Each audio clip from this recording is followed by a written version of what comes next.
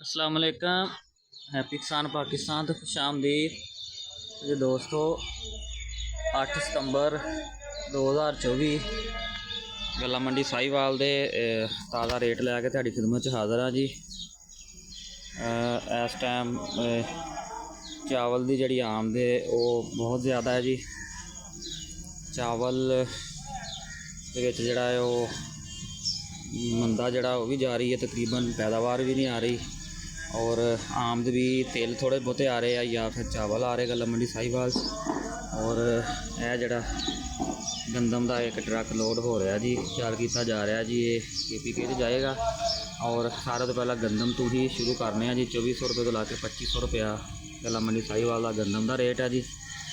और कपाह के हवाले नाल गल करिए जी 6500 रुपये तो ला के 8500 रुपया रेट है जी। इस तो बाद मकई की मार्केट जी रुकी हुई है 2450 रुपये तो ला के 2650 रुपया। मकई की आमद भी जी बहुत कम है, सिर्फ स्टाकियां को मैं रह गया, जिमीदारों का माल खत्म हो गया। और देखो हम उम्मीद की जा रही है कि मौसमी मकई के जिमीदारों मकई के जोड़े रेट हैं वो बेहतर मिलेंगे। और इस तो बाद अगर तिलों की मार्केट 8500 रुपये तो ला के 11500 रुपया जी।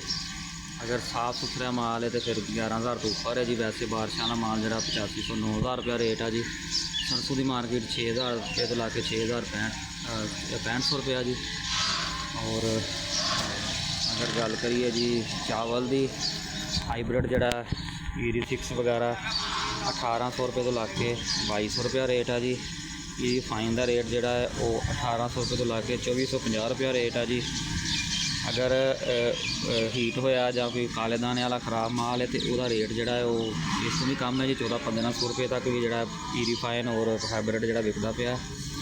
और 1509 जोड़ा है वो भी शदीद मंदा है जी। 2800 रुपये तो ला के 3100 रुपये तक चंगा माल है जी।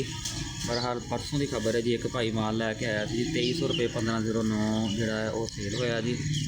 वो हीट होया माल से जी, क्योंकि माल का ही रेट जोड़ा वो लगता है जी। ये दोस्तों 8 सितंबर के गला मंडी साहिवाल का रेट तुहाडी खिदमत पेश की है जी। वीडियो अच्छी लगे लाइक कर देना, दोस्तों शेयर कर देना। मैं रिक्वेस्ट करूँगा जो दोस्तों ने अजे तक हैप्पी किसान पाकिस्तान सबसक्राइब नहीं किया वो हैप्पी किसान पाकिस्तान सबसक्राइब कर लो, ताकि मुख्तलिफ फसलों के हवाले नाल और मुख्तलिफ फसलों के रेटों के हवाले नाल वीडियो जड़ियाँ हैप्पी किसान पाकिस्तान से अपलोड होंदियां ने सानूं बर वक्त देखने मिलदियां रहन। कोशिश की जाती है जी कि गला मंडी के जोड़े बिल्कुल एग्जैक्ट रेट ने वो तुहाडी खिदमत पेश किए जान, कोई बढ़ा चढ़ा के कोई गल जी ना पेश की जाए। अल्लाह हाफिज़।